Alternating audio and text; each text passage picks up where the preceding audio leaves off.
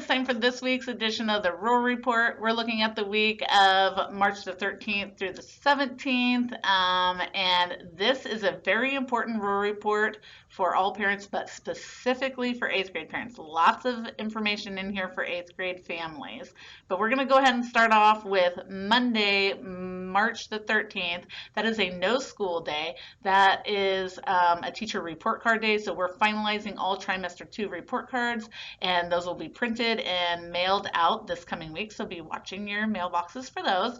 Also on Monday, we have a school board meeting at 5:30 at night at the school district office. Sorry, I have a list of notes to share with people today. It's a busy time. On Tuesday, March 14th, we are going to have some high school teachers here at the building working with our 9th grade or our 8th graders who are going into 9th grade on their forecasting for classes. So more on that in just a minute. And on Wednesday, March the 15th, we have a Washington, D.C. East Coast field trip meeting for families at 5:30 at night. So if you are part of the New York, Washington, D.C. trip, make sure you're here on Wednesday night at 5:30. Just head in through the front doors and we will get you to the right place. And on Friday, March 17th, one of my favorite events of the year is our glow dance. It's a ton of fun. That will be Friday night. Goes from 7 to 8:30. Just as a reminder, it goes to 8:30. So we really do need people here picking up their kids at that time. You need to have all passing grades on your trimester 2 report card. It is $5 to get in with ID and $8 without ID. There'll also be concessions available for sale. It's super fun. Wear something white or bright because that makes a lot of fun with the glow lights, the black lights in there. Anyway, other things happening. Just as a reminder, you can still sign up for track. Track starts immediately following spring break.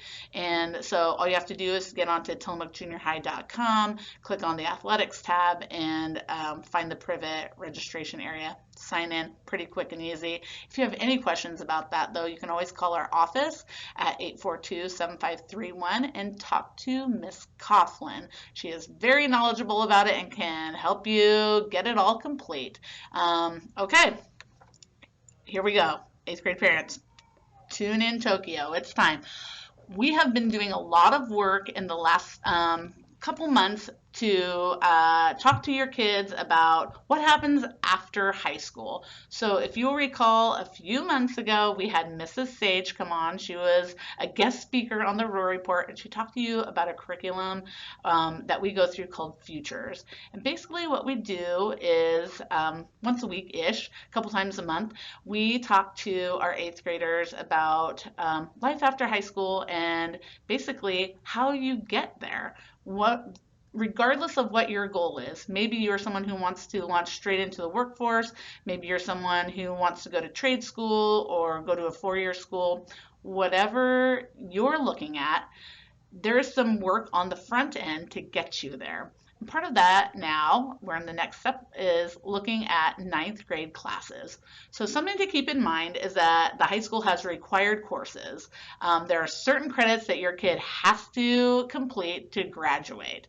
And so 9th grade actually has a lot of those required courses. And so there's not a whole ton of wiggle room on a 9th grade schedule, but there is some wiggle room. And that's kind of one of the perks of, being in secondary school, like junior high and high school, is that you start to be able to self-select things that are of interest to you, those great electives, and you can start to think about, what do I want to do with my life?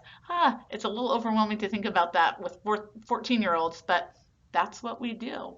And so today, I'm recording this on Thursday, March the 9th, and today what we're doing with all 8th graders is that those kids are sitting down and they are selecting some courses that look good to them. Now, like I said, there are requirements and they're not going to be able to get around that. So you have to do the cores, right? But there's some options outside of that too to, add into the day. And so your students are going through that today. Those papers are going to go home to you, and you can review that with the kids and ask questions about what the classes look like. You can probably even get onto the high school website and look at their course selections and their course book and look at that and see what each of those classes mean. On Tuesday, kids are going to bring those back, and they are going to sit down with staff from the high school and look at what they have self-selected. And we're going to be able to give them feedback on that, if that's feasible, or if it would be better for them to rearrange the schedule so that they can do classes in a certain sequence. And then finally, next week, or 2 weeks, I guess, Wednesday, March 22nd, that is an 8th grade parent night. Bring your 8th grader with you. That's at the high school. And what we're going to do is everyone's going to meet in the auditorium. And the high school administrators, counselors, and staff there are going to be up in front of us presenting information about courses that your freshmen need to take so that they are sure to graduate. And they're going to be able to talk to you about things like honors classes. If your kid or you are interested in accessing those things, what classes are available for honors? Is it just math and language arts? Well, no, there's actually a whole smattering of things available, and we want to make sure that you know what those are. Also, kind of think about this.